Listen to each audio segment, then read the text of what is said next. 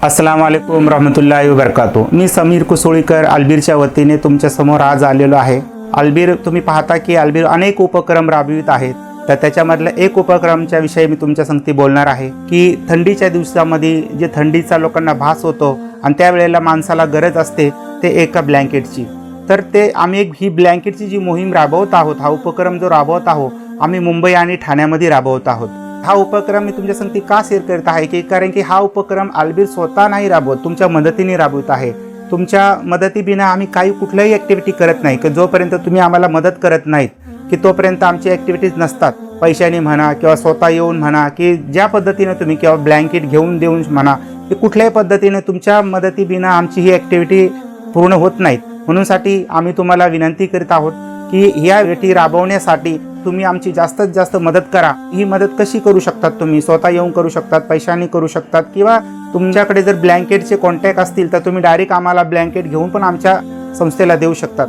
ही संस्था खूप छान काम करीत आहे। मी आज 6 वर्षापासून ह्या संस्थेमध्ये आहे आणि खरोखर की ह्या संस्थेचे जे विचार करण्याची क्षमता ती खूपच छान आहे।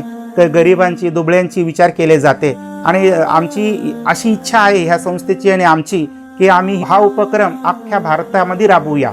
पण आम्ही आता खूप छोटीशी संस्था आहे आमची, म्हणून आम्ही सध्या तरी हा उपक्रम आम्ही फक्त ठाणा आणि मुंबईमध्ये राबवत आहोत। तर जसं मुंबईमध्ये जे ठिकाण आहे, समजा मालाड झालं, मीरा रोड झालं किंवा भायखळा झाला किंवा भिवंडी झालं किंवा ठाण्यामध्ये कळवा झालं, दिवा झाला, मुंब्रा झाला, ह्या अशा ठिकाणी आम्ही हा उपक्रम राबवत असाल।